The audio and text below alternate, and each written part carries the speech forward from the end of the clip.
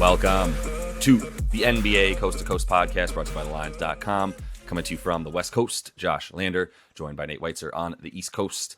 And it's Tuesday night in the NBA. We've got a 6-game slate here for you guys. In this one, we're taking a look at my New York Knicks. They are in Orlando taking on the Magic. I think we like points in that one, but also mostly like the Knicks. Also got another game video up for you guys today. The Hawks looking to take advantage of the sliding Pellies and our player props. So make sure to like and subscribe to that page. Continue to follow along. We're also going to have a special deadline episode for you guys, looking at some futures markets after this trade deadline is over, so we can get some of those updated numbers out to you guys of what we're looking at. Also want you to head to thelines.com. You can check out all of our great written content up there and use that odds finder tool that we have. Make sure you're getting all of the best juice back you can on all these bets you're making in the NBA this season. Nate, let's go ahead and jump into our 6-game slate here and then talk Magic and Knicks. Yeah, and it opens just Knicks -2, now -1.5 with a 225 total. You may like points. I mean, I'm kind of on the fence on that, but we'll talk about it more. Hawks are +1.5 in NOLA. The Pelicans were sliding, but they won back-to-back over the weekend. Suns with Devin Booker back are -5.5 at Cam Thomas's Brooklyn Nets. Still waiting on that boys' props because you got to hit those right now. Bulls on a back-to-back are +8 in Memphis. The Wolves are +9 at Denver. And then the Thunder +7, down to 6.5 now at the Lakers. LeBron on the cusp of history, 36 points from the scoring record. So, yeah, I mean, Knicks, there's definitely a lot to indicate these teams would go over if they were playing another opponent. They've both gone over at a high clip in this situation, like 8 of 10 on the road for the Knicks, 8 of 10 at home for the Magic. But there's such like a mirror image thing in terms of just like not allowing paint points, just being a big team down low. I definitely lean towards the Knicks beyond like diving into the extra numbers, just because this team has been so consistent beating teams below 500 and so consistent losing to teams above 500. I mean, they've been a little bit better lately. And I'm just not as worried about the fact that Orlando has jumped up and bitten teams like Philadelphia, like Boston now 3 times. That's kind of like capitalized on teams that are already struggling, that can't get much going from the perimeter. Like New Orleans, when they were in that funk, held them to 19 in the fourth, then held Boston to 19 in the fourth, as they still are missing Marcus Smart at that point and can't get their offense going. Otherwise, they're allowing 121 their last 4 at home, and that's been a 119 defensive rating. They've been shooting a lot better at home as well, which is why we've been going over. But, I mean, I said both teams are good at denying paint points. The Knicks are the best over the last 2 months, and on the road in January, allowing just 40 paint points, allowing the lowest 2-point rate on the road. So, I mean, Orlando might shoot a little better at home. I mean, the splits are pretty stark, in fact, from a young team, shooting 41% from 3. But I don't really trust any of their guys to have good, night-to-night shooting from deep. And I do trust the Knicks right now that they're hitting 13 threes and nearly 40% their last 5 on the road here. The defense has been awful with Mitchell Robinson out. But, some of that is who they've played. And Orlando is just a team that you can kind of pack it in against. I mean, they met very early in the season, and they let Orlando hoist 35 threes, and they only hit 7. Horrible assist-to-turnover ratio for Orlando, and they just kind of bullied that young front court for a 115-102 win. So I'm not really messing with the total, is all to say. I just trust, the superior talent of the Knicks, of their top 2 guys especially, to just get this done. And move on with a win against one of the lower tier teams, despite their recent, feistiness. If they've been feisty all season, I think I've talked about them being my second favorite team in the league this year when they're covering certain games, and they've even won a few massive money lines for me. But this is a situation where I would love, I mean, it already got bet down, right? Like I would love to be able to just ride those numbers that we've written down. I'd love to be able to just say, Orlando going at home right now is able to score, and they're just not stopping teams nearly as much with that 117 defensive rating that they've been playing with in their last 4 home games, which is why they've gone over a bunch, and even over against teams that maybe you wouldn't think that a team like the Magic would go over against in their last few games. The Hornets is obviously one you expect. The Timberwolves have been playing faster but better defense. That 76ers game, I think that's a little bit more the back-to-back that they played against the Sixers in Philly, I think is a little bit more reminiscent or like apropos of what we should expect to see against this Knicks team. There is some similarities there between the 76ers and Knicks, although the 76ers have been playing a lot faster and getting the ball out of the net even and going fast with James Harden and company. But at the same time, we all know what their bread and butter is going to be, and it's going to be make sure Joel has at least one touch each time down that he's on the floor. And you can say a very similar type of thing about Jay Randall and Jalen Brunson in terms of the Knicks coming down and playing a similar style as the 76ers. Once they get into that half court, they're happy to let their big man sort of just take some space, draw the defense in, and then find the open guy or some form of pick and roll with Jalen Brunson and Julius Randle as well, which is all very similar to Philly, which is, like I said, I think a lot more reasonable to expect that things in this game are going to go along that way, and that some of the stuff we've seen from the Magic and the Knicks that have caused them to score much more points, I do think a little bit more of it is matchup based, and that once these two teams play each other and just grind this thing down to a snail's pace, it's just really hard for me to see them getting over like 220, man. And this thing opened at like 228.5. It's already been bet down, like we said, to about 226, 225 if you are looking on a few different sites using that odds finder tool we have on thelines.com.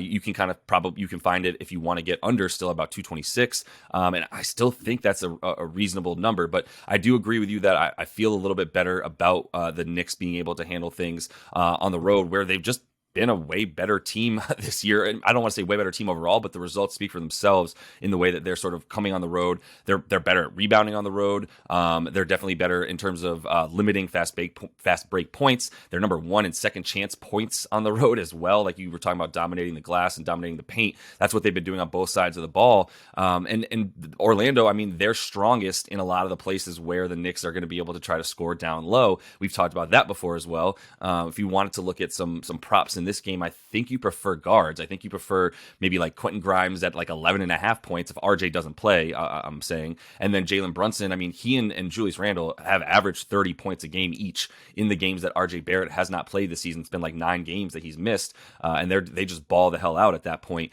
You wonder if the rest of the team is going to come along with them as well, which is something that we consistently worry about without RJ in there. They do have a few guys on offense that they could be playing a little bit more, like Cam Reddish, but they seem to hate him or hate love him. I'm not really sure. They just don't play him is the point. So we continue to see a lack of wing offense at that point. That's why I do think Quentin Grimes at like 11.5 points is pretty low. But I'm not expecting points nearly as much as this one currently sits at. So it's even scares me to take an over on any of these guys outside of really like RJ and Julius, to be honest, just because we know what they do and RJ's not in there. Yeah, you mean Jalen and Julius if yeah. RJ sits. Yeah, I mean, that's something to really rely on. The Magic's defense against the backcourt has been pretty bad lately because they want to try out Cole Anthony and they want to try out Markelle Fultz more. And Bol, who for some reason I don't think anybody is that really interested in him, is an incredible defensive piece. And early in the season is why they were limiting guards. Jalen, of course, still cooked that team with Bol out there. I don't think it's really a problem for him if there is that extra length. Mo Bamba is out as well tonight for what that's worth. But the point is, yeah, I mean, the Knicks have a true floor general. They have a guy who's going to get their backcourt in good position, whether they have RJ or not. They have that advantage there. And I mean, Paolo at this point kind of hitting the rookie wall. He led the Magic offense in this early meeting against the Knicks. I just don't think they're going to be able to get much done down low or get the same free throw rate they've really relied on here in this last 10-game stretch, nearly 30 free throws a game. The Knicks are just not that type of team to let you parade to the line like that. I mean, they're 11th in January denying free throws, but I think they can be better in this particular matchup, especially with Tibbs emphasizing that as a defensive point. Yeah, and oddly enough, Mitch Rob not being in there probably means they're not necessarily giving up as many fouls. But what's crazy is that they're still so good against the paint without Mitchell Robinson in there. I would say Jericho Sims has been getting about 18, 19 minutes a game, and he's a guy that I think you can put out there against the Magic as well and expect him to just create some helter, some helter skelter at least, so that it mucks things up and you can keep the Magic off of the offensive glass. I know, like you said, Mo Bamba's not in there, but Wendell Carter Jr. is as well, and I think he'll continue to be a pretty good matchup for Julius Randle. It's going to be volume for Randle tonight. I wouldn't be banking on him. Like we said, it's definitely a better matchup for guards against this Orlando team who has been giving up 3-pointers a lot more. You talk about the Knicks making threes on the road as well. I think that'll be a pretty big deal for them, especially if Grimes is out there, McBride, and Evan Fournier even gets a few minutes. I hate to say it, but at least they're all better deep shooters than RJ is right now. So I think you can expect to be able to get a few more points from deep against this Magic team. Yeah, so Hawks have been good on the road for sure. I mean, this is the end of a 5-game road trip. They did get 2 days rest. That's going to be key for Trae Young, who's missed their last 2 or losses on this road trip, but they've won and won handily with him in there. And you might think like, oh, the offense is better, the defense is worse with Trae out there. But for some reason, recently it's been the opposite way. It's been Clint Capella playing off Trae Young, I think, and in some ways just denying what other teams are trying to do, because he's back in there in their last 11, though, still giving, still 9-2 to the over in their last 11 of the Hawks, because they have the best offensive rating in the league during that span. And they're also hemorrhaging paint points even with Capella in there. So I'm not reading too much into those immediate splits with Capella, but I would think that the Pels are going to get it going down low. I mean, this is more of an interesting spot for them. After losing 9 straight with Ingram looking extremely rusty, he got his groove back against the Lakers, and then he sat, and they still rolled without him on a back-to-back. So slight rest disadvantage here, though, for New Orleans. A 3rd game in 4 nights, and they're 9-11 with a rest disadvantage. Also below, 10-13 versus the East. And both those situations, they do tend to go over. They haven't gone over in this matchup recently, but, I do think that the numbers we're talking about here in terms of Hawks giving up paint points, Pels giving up 3-point shooting, and the Hawks getting right in that department, and Trae being healthier here on 2 days rest, the Hawks are going over by 11 points per game, 7-2 to the over when they get 2 days rest here. So I do think I lean over here, but I once again, I kind of just like the road team, the team playing better here. I'm not buying into a very small 2-game sample size that says, oh, the Pels have figured this out and like they're going to be, good enough to beat Atlanta, which is since, that all that kerfuffle in mid-December has been a really good team. They've been alternating results a little bit, kind of punting some games, I guess, or, when Trae's not out there, they're not as good, but 7-1 last 8 roadies with Trae with a 113 defensive rating. That's the kind of like stark splits that I'm talking about. And basically shooting 50, 40, 90 as a team when he's out there. I don't think the Pels still have the firepower to match that. So, I think I actually like Hawks more than the over because of that. I worry that the Pelicans are going to regress to where they were in that 9-game losing streak. Ingram does not have good numbers his last couple against ATL. And Capella has some really good numbers defending. He might be a problem for Joe Val, who's also listed as probable with a quad bruise. And I just don't think the Pels have the 3-point shooting to hang in this one, which is why they've lost 7 of their last 8 against Atlanta. Yeah, and I think one thing that you didn't mention about the Pellies, and maybe it's because I know how much you love CJ McCollum, but he's just not been what they need, to be honest, right? Like he hasn't stepped in to give them starting star guard numbers, let's say, right? Like he is their starting guard. He's the guy who came in, and obviously when Zion was out a bunch last season, played really well for them when he came over, and Zion's still not around, and CJ isn't doing the same stuff that he was last year, and it's really, very specific, particularly around the 3-point line. I mean, he's gotten better in the last roughly like 10, 15 games. He's back up to about like 35, 34% from deep, but it's not good enough for him, and he is still taking about 7 attempts from out there. I think they need him to make a bit more. I think they need him to dime up a bunch more. I think they need him to play a bit more of that normal point guard, and I think that's what you see from the lack of offense on this team is a lack of a point guard. BI, like you said, he's going to get his against the Lakers no matter what. That's going to be a forever for his career thing. I think he wanted to play for them. He didn't get the opportunity. And now every time he goes back there, he's going to be pissed, right? And so that's a little bit more of an anomaly. I think in this game, you might expect a little bit more aggression, like you said. When he's playing with CJ right now alongside each other, when they're on the court together, their net rating isn't even positive, which is wild. You can put them in a bunch of different five-man lineups and maybe it gets better, but in their when there's just you narrow it down to a two-man lineup, they're not playing well together, and CJ's not helping Brandon, BI get into his spots. BI's not hitting, to be fair to him. It's been a weird season, but I think the lack of offense from Nola and just the lack of consistency on offense is why you lean Atlanta in this game. +2, I love that it's been bet away from them. I do think there's something to the idea that the Pelicans, even though they haven't been anything close to a good defensive team, if they have Joe Val, I like this matchup a lot better for them. If they don't, yeah, I think Capella and Trey are about to eat tonight, and that's going to be a big problem with Capella in the lineup this season. Trey's actually had a few less minutes, but pretty close to about the same amount of time that Trey's been on the floor with and without Capella. And when Capella's out there, everything's just much better. 3 more points a game, 2 more assists per game. I believe his turnovers are about the same because you can expect that from Trey, but about an extra free throw attempt a game, a little bit better from deep. Like everything's just a little bit better because he needs that one guy to come in, create space for him so that he's either going towards the basket or able to pull up from deep. And that's been, why they're better with Capella out there as well, unsurprisingly, and that defensive rating goes way up. So this is going to be a bit of a matchup problem for Nola, especially if Joe. I mean, look, he'll probably be out there, right? I think we can expect him to get minutes. I think they're trying to sort of salvage this season after hemorrhaging those 9 to 10 losses in a row that they had, and so there's reason to think that they're going to come out and try. But I think that also leads you to like a bit more points moving forward as well. Atlanta, in the last 5 games, or 4 games really since they've been on the road. Trey doesn't really impact their defense. If anything, it's worse. But 14 made threes for their opponent is good for 5th worst. They are allowing better than 37% from deep as well. And while New Orleans has also wanted to get out on the fast break a bit more and run with guys when especially when CJ's not out there and it's just young guys all over the floor. Atlanta they're not great in transition defense, but they have been better. They've been top 5 in rebounds. They've been limiting offensive rebounds, and they've been getting some offensive rebounds and sort of limiting the opponent fast break. So I think that's where their offense is almost a better defense for them by making buckets so that they can avoid other teams being able to sprint back on D against them. And I think that's what you can expect tonight in this game. Pace definitely a little bit faster as the Hawks have been at the top 10 pace all season as well.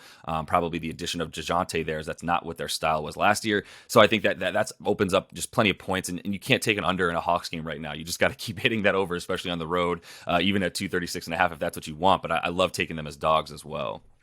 Yeah, you really can't, because it's an alternate line situation where they hit 250 pretty often if they are going over. So yeah, the 237, even with it creeping up a little bit, doesn't scare me. Pace is a little faster on the road since the new year. More free throws for the Hawks. Dominating the boards, though, on the road, like you said, and limiting free throws. 3rd limiting free throws in his last 11. So, I mean, that's a huge part of what New Orleans needs to do. I mean, DeAndre Hunter, good defensive matchup for Ingram, and has been recently been playing really well. DeJounte Murray really coming on in terms of understanding how to play with Trey. I think it's all kind of lining up that Atlanta being a deeper, better team here, and they don't have the same road home issues that they have in the past. So I think the Pels little 2-game win streak snaps here, and ATL gets another road win. Yeah, it's a good call, and the road wins are so crazy. I think the road numbers are better, for some of these guys, like we talk about Trey and them just sort of riding his bad guy, villain sort of role that he likes to play when he gets on the road. And I think you can continue to expect that from him tonight. So Nate, let's go ahead and jump into your first prop for tonight. We're talking about the Kings in this Lakers game. The King in this Lakers game. Exactly. The King, soon to be the NBA scoring champion, LeBron. So this is a fun one to talk about because there's some markets up in terms of when it will happen. Will it be tonight that he gets 36 more? Will it be Thursday against Milwaukee? And I saw it a little lower than -220. That's where it is now for it to happen next game. I think that's an interesting way to kind of game under 36.5 points for LeBron, or I think it's 35.5. in this matchup because I don't think he's going to force it. Yeah. I am, 35.5 points assists. Maybe he gets there, but I'm more interested in the assists, actually. I mean, with Anthony Davis out there, with LeBron, embracing his role as a facilitator and not looking like he's just like going to chase this record with OKC on a back-to-back and not necessarily going to hang around. They were not competitive in Golden State last night. The Lakers are getting a little bit better here. So I think LeBron kind of fills up a balanced stat line. 7.5 assists at plus 106 is more appealing to me than trying to take his points and the plus 130 for him to break the record tonight. Also interesting how the record will be broken, though. Minus 150 on a 2-pointer, plus 260 on a 3. And he said, outright, he really hopes it doesn't happen on a free throw. So he's going to do everything he can to make that happen. But back to this matchup, AD in there, last 5 games, LeBron's averaging 8.5 assists. His usage rate has dropped to 31%. It's around 30 with AD the last couple seasons, but the assists have gone up by 0.5 per game the last 2 seasons, as you would expect. He's going to feed him. I mean, OKC has no interior paint presence on defense, so it's going to be pretty easy for LeBron to just dime up AD in particular. And against the Thunder, 25 assists his last 3 meetings. The Thunder give up the 10th most paint points, like I'm saying, and a ton of free throws. I mean, you won't get assists on that, but I think that's the advantage the Lakers will be able to press here, and why I like LeBron to stay under 36, but give us enough dimes for the over on that. I mean, what's interesting is I'm looking at these numbers through the lens of where does LeBron want to break the record? Because the thing is, I don't have a stronger feeling about this game where he's in LA, which probably where he wants to break it, where Kareem scored his last point in the NBA. Or does he want to do it against the Bucks, where Kareem played the majority of his career? I think the storyline is probably better for in LA. But yeah, to your point, I don't know if 36 is on the docket for him tonight necessarily. I think we'll see early, dude. I think we'll see very early if LeBron is coming out. If he's like, I'm scoring 10 to 12 in the first quarter, I think we kind of know what he's on about. If he's diming up the way that he is, I think we kind of know what he's on about. Luckily, if you do have an account to a spot like DraftKings or Sports or FanDuel, something like that, you can hit player props live as well. And maybe you want to see how he comes out and if he's really rearing to score, because it's narrative. LeBron is a narrative guy. He loves the drama. He loves all of it. And I think you really want to bank on where does he want to break this record. And I do think it's in LA to be honest. So we'll see what happens tonight, but you can live bet that one if you want as well. Going under here, Nate, on a guy who's been pretty hot lately, but we've got the balls to go D'Angelo Russell under 28.5 points, rebounds, and assists combined. I think we really like adding the other peripheral stats there to just the points, because when he does decide to just randomly go off, he can do it. I think we can also look at over 2.5 turnovers here for him, as this is going to be a game where I do think the Nuggets will have their defense pretty ready in their last 6 versus D'Lo. 17 points a game for him, less than 3 boards and 6 assists or so. He's at about a 21% usage in that time frame, only 18 though in the last 2 against him. Denver's defense been a lot better, number 5 in defensive efficiency at home all season long, which is what we've been waiting for this team to be able to do since they've had Joker. D'Lo in his last trip to Denver had 13 points and 7 assists there with no rebounds. And Denver is top 10 in limiting opposing shooting guards in both points and assists and rebounds, I believe, as well. It's like 12th, 13th, whatever, really good still. So I think this is a good opportunity to go under on him, even though, his points are too low at 18.5. I do see a world where he gets 20, but also really easily see a world where he gets 20 and doesn't get 29 points, rebounds, and assists combined. Yeah, I mean, the amount of times where he has 1 or 0 rebounds is pretty stark here. So yeah, if you were hoping for 18 points, 10 assists here, and then 1 rebound maybe, which is, I think, exactly the line he had when these teams played last time. But I think, yeah, Denver will be on some revenge here tonight. I'm actually kind of interested in -9 despite that spread. Gobert looks legitimately questionable, and I don't think they'll be that competitive against the Joker if Gobert's not ready to go. Yeah. Speaking of centers, Clint Capella, we touched on in that Hawks-Pelicans game as a reason to kind of like the Hawks. He's playing really well lately, and I think he's going to be needed in this matchup against the Pels. And when he plays big minutes, he's almost a lock for a double-double. especially when he's playing alongside Trae Young and he's catching lobs. Per 36 this year, 16 points, 15 rebounds a game. So you look at just 22.5 points, rebounds as the prop. You could also just take even money at FanDuel for a double-double or 11 rebounds, but I think the double-double is firmly in play here.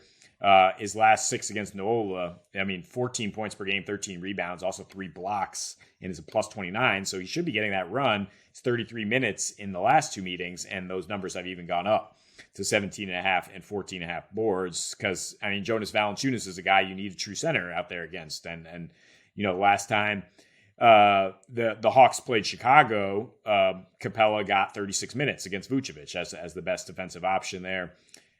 Okongwu is coming and taking some of his minutes for sure. And in a lot of matchups, it seems when they're facing a smaller team or a team that can spread it out a little bit more, they are going with Okongwu, but he has at least 4 fouls in 5 of his last 6 games. He's still very much in a learning process and doesn't quite have the length to deal with Joe Val, I think. So I think they'll press that matchup and keep riding Capella against the Pels. Yeah, I like Capella and I like Trae. And both these numbers, they both make each other better. And so if I like Trae as much as I do in this game, why not, also assume that, because I do like him to get 10 assists, and I think you can expect Capella to be slamming a few of those down. You talk about, Joe Val probably playing, but this is a team in the Hawks that, like we've talked about in that game video, dominating the boards when Capella is available as well lately. So I think it's a good call for him in a good spot tonight. Going to finish off these props, Nate, with Desmond Bane. 20.5 points tonight for Bane, as Memphis is playing the Chicago Bulls, second half of a back-to-back for Los Bulls after the Spurs game last night. Minus 104 for him to get 21 points. 3 threes for him tonight would be minus 130 on DK if you want that. That's pretty much the best place to find it. And really, it's about Memphis coming home. Bane 26 points in their last game versus Toronto when they came back to their home floor, shooting better than 4 for 7 from deep, better than 50% on that one. And in his last 4 home games, pretty similar numbers there: 24 a game, 4 assists, and 3.5 made threes, shooting about 54% from deep there. So I think Bane coming around. Obviously, when he's out there, we know what to expect from him. He's had a couple of fluky games because of the fact that he was sort of coming back from injury, but you see the further away he is from the last time he missed time, and he continues to get better, which I think is what we're looking for in this game. The Bulls not great on defense all season long, allowing the 5th most points per game to shooting guards, the 4th most 3-pointers, and the 2nd most assists. So a lot of ways to bet Bane tonight. He has been diming up a bit more, like we talk about, better than 4 a game over his last 4 home games. But I think the 20.5 points is just so low that you expect him to get at least 21 tonight in a game against the Bulls that should have enough scoring, at least, especially for the Grizz. Yeah, you could just tack on the 3 assists, I think, and make that a combined bet if you expect him to continue to be that secondary playmaker that they need. How much is Caruso going to be on Ja Morant tonight? And then the Grizz are going to just be like, all right, well, Bane, you initiate against, freaking Zach LaVine, who is mired in trade rumors along with DeRozan, and the Bulls are on a back-to-back. And how much defensive intensity are they really going to bring here in Memphis? I think the biggest concern might be a blowout. But I think Bane can still get 20-plus points in 3 quarters if everything's clicking for the Grizz. Yeah, you worry about the blowout factor a little bit at this point, but yeah, I think Bane's good enough to get above his 21 before we get there. I think I am going to add on the 3 assists since it's just 3. To be honest with you, I kind of like adding that in there and not losing too much juice. So that is all the time we have for you guys in this one. Make sure to like and subscribe to that page. Looking to stay super hot with you guys on these player props and the game videos as well. So until we see you next, happy betting.